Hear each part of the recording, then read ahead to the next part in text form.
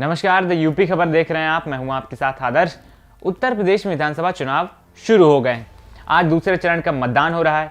पश्चिम में चुनाव होने के बाद अगले हफ्ते पूर्वांचल में चुनाव होने हैं। उत्तर प्रदेश में पूर्वांचल को सत्ता का प्रवेश द्वार माना जाता है। ऐसा मानते हैं कि लखनऊ के सिंहासन का रास्ता पूर्वांचल से होकर गुजरता है और जो 28 जनपदों वाले पूर्वांचल को फतेह करता है वही यूपी का किंग बनता है। यूपी को जीतने के लिए पूर्वांचल में जीत का परचम फहराना बहुत जरूरी माना जाता है और इस बार भी सभी राजनीतिक दलों की नजर पूर्वांचल पर टिकी हुई है। इसी वजह से इस बार बीजेपी और सपा सबसे ज्यादा ध्यान पूर्वांचल पर दे रही है। अगर बात पिछले चुनाव के आंकड़ों की करें तो पूर्वांचल भाग्य विधाता बना था। कहा जा रहा है कि पिछले आंकड़ों को देखते हुए इस बार पूर्वांचल को जीतने के लिए बीजेपी ने मुख्यमंत्री योगी आदित्यनाथ को गोरखपुर से ही चुनाव लड़ाने का फैसला किया था। अब समझते हैं कि आखिर पूर्वांचल यानी सत्ता का प्रवेश द्वार माना क्यों जाता है। 2014 और 2019 में लोकसभा और 2017 के विधानसभा चुनाव में सबसे ज्यादा सीटें हासिल करने वाली बीजेपी मिशन 2022 के लिए जुट गई है। पीएम मोदी से लेकर सीएम योगी तक के पूर्वांचल पर खास फोकस कर रखा है।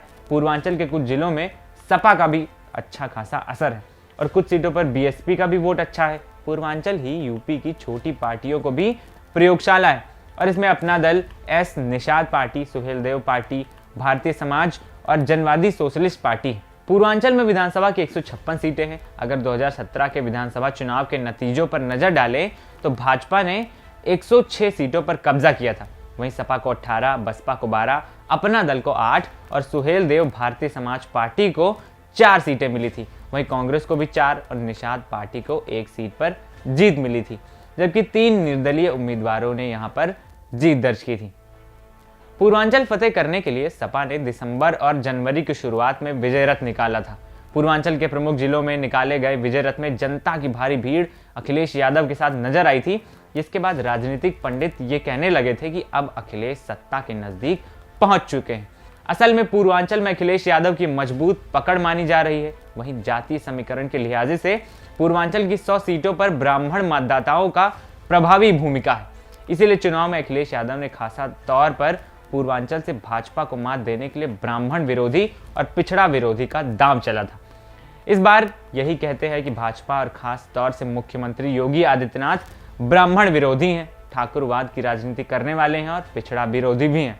इसीलिए उन्होंने गोरखपुर से योगी आदित्यनाथ के विरोधी रहे हरिशंकर तिवारी के परिवार के बेटे विनय शंकर तिवारी और उनके भांजे गणेश शंकर पांडे को सपा में शामिल कर ब्राह्मणों को अपने पक्ष में करने की कोशिश की। साथ ही समाजवादी पार्टी ने ओम प्रकाश राजभर की सुहेलदेव भारतीय समाज पार्टी और अपना दल की कृष्णा पटेल और स्वामी प्रसाद मौर्य के जरिए ओबीसी वोटरों में सेंध लगाने की कोशिश की है। इन समीकरणों पर ध्यान दें तो साफ है कि भाजपा और सपा पूर्वांचल को साधने का कोई भी कसर नहीं छोड़ रही। अब देखना यह होगा कि 2022 में पूर्वांचल किसके विजय रथ पर बैठता है। फिलहाल आज की इस खास रिपोर्ट में इतना ही। बाकी खबरों के लिए बने रहें द यूपी खबर के साथ। नमस्कार।